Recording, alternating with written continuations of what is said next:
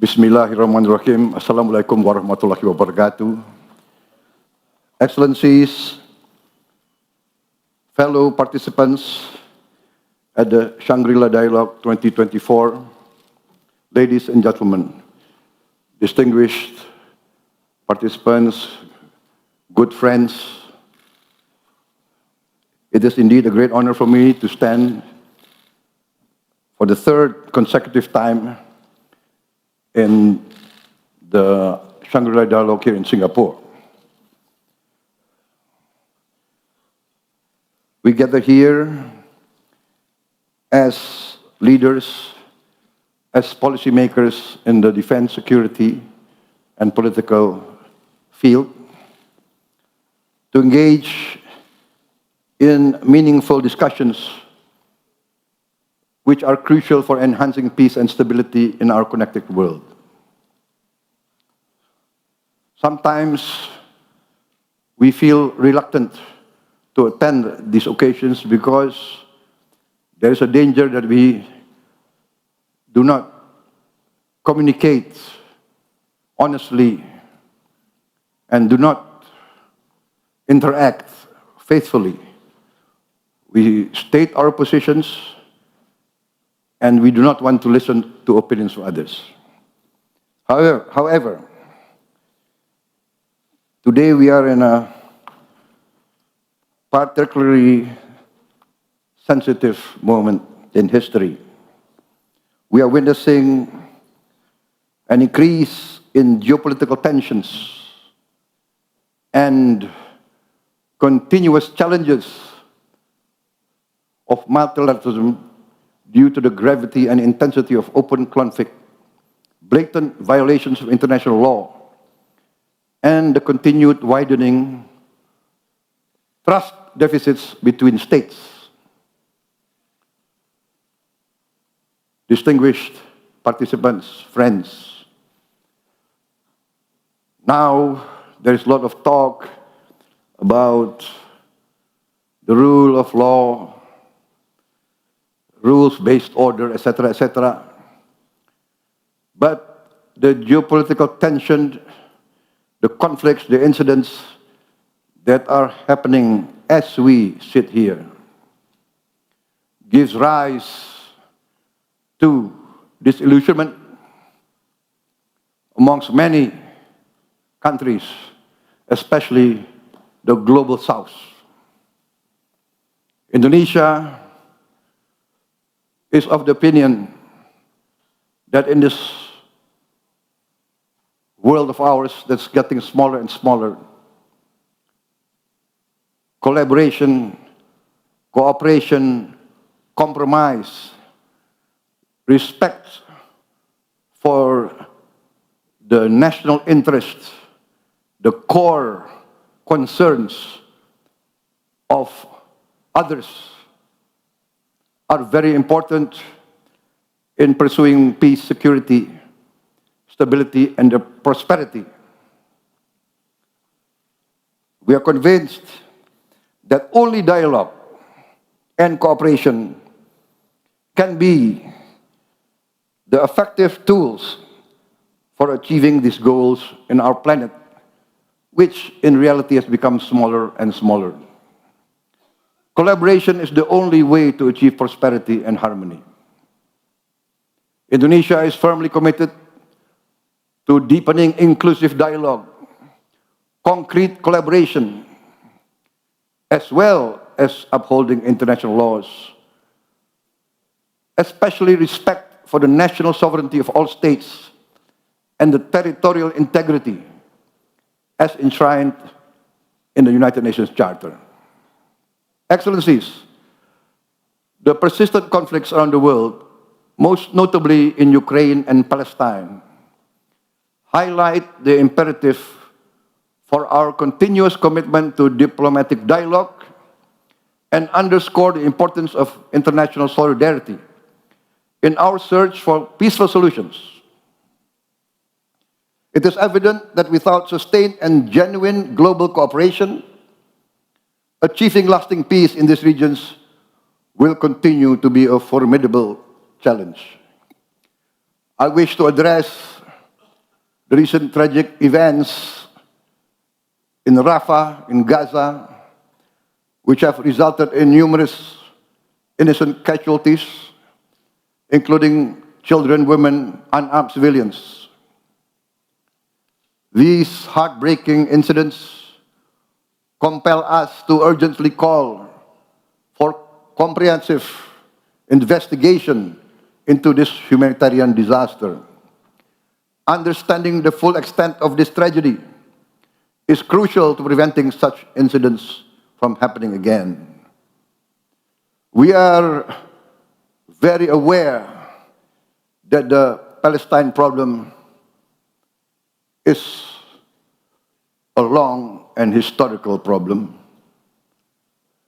We are cognizant of the fact that both sides have legitimate concerns for their safety, for their right to exist, and for their prosperity.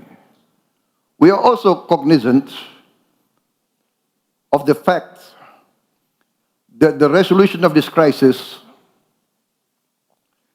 must consist of mutual respect for the rights and the concerns of all parties.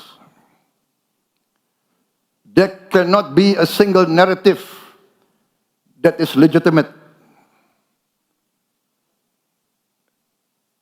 as is often been repeated. Indonesia calls for a just solution to the problem, and that means the right of not only Israel to exist, but also the right of the Palestinian people to have their own homeland, their own state, living in peace. I would like now to comment on the most recent development in the region. Why this is important for us? Because Indonesia is part of the Islamic world. Although physically we are not of the region, but what happens in the Middle East, what happens in Gaza, affect the concern of the Indonesian people. Regarding the most recent development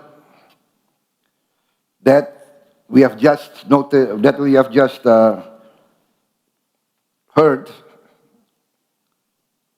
that is the most recent announcement by President Biden of the United States of America on comprehensive proposals for a ceasefire in Gaza. Although we have to further study the details of this proposal put forward and announced by President Biden, we do view this proposal as an important right step in the direction that we have to go. We view this as an important step forward. We are very pleased of news reports that representatives of Hamas has also voiced a positive response to these proposals. I would like also to express today Indonesia's commitment to support a comprehensive and permanent ceasefire as an important step towards a real and lasting solution, towards real peace between Israel and Palestine, and thus real peace in the region. It has been our conviction, along with many other states in the world today, that the only real solution to a lasting peace and security for both Israel and Palestine is a two-state solution. Indonesia supports all efforts and all measures that can fasten the progress towards that final two-state solution.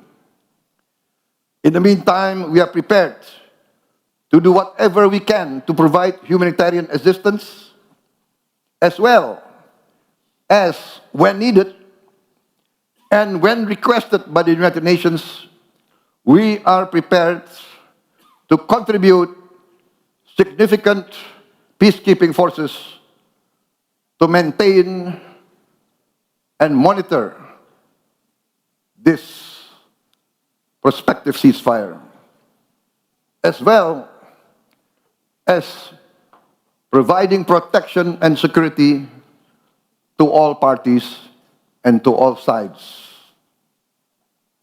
We are also prepared to immediately send medical personnel to operate field hospital in Gaza with the consent and agreement of all sides.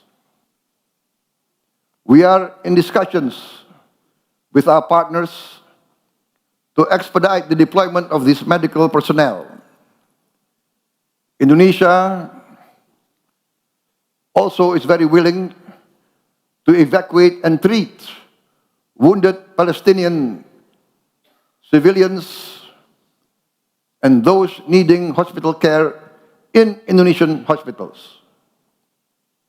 President Joko Widodo has instructed me to announce that we are ready to evacuate, to receive, and to treat with medical care up to 1,000 patients in the immediate future.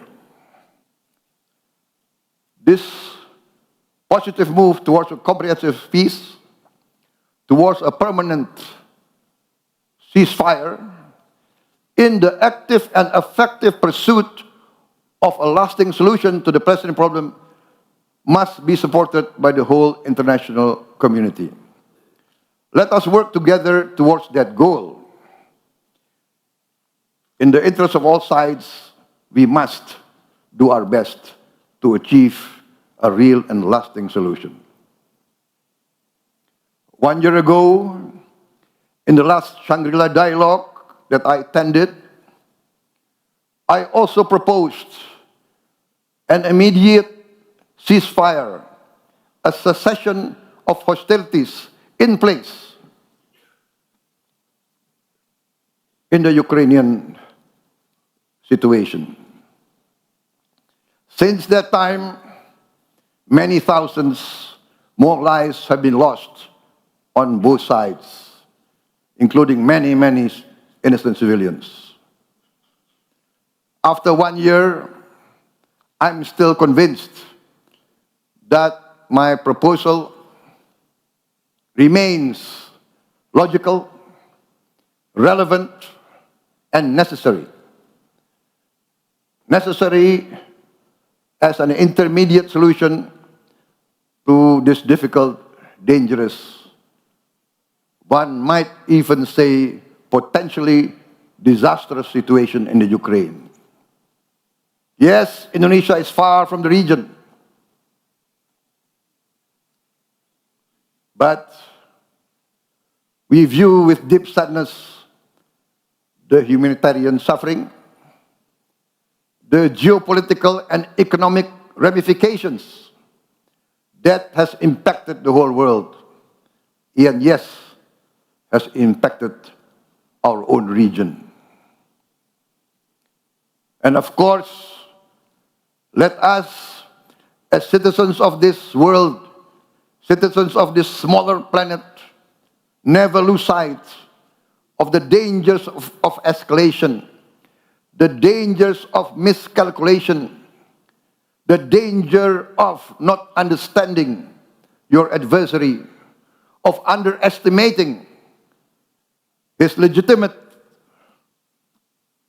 interests. We must always be aware of the danger of escalation and the nightmare of nuclear war. Once again, I would like to reiterate my call for both sides to rise to the challenge of seeking a peaceful compromise in Ukraine.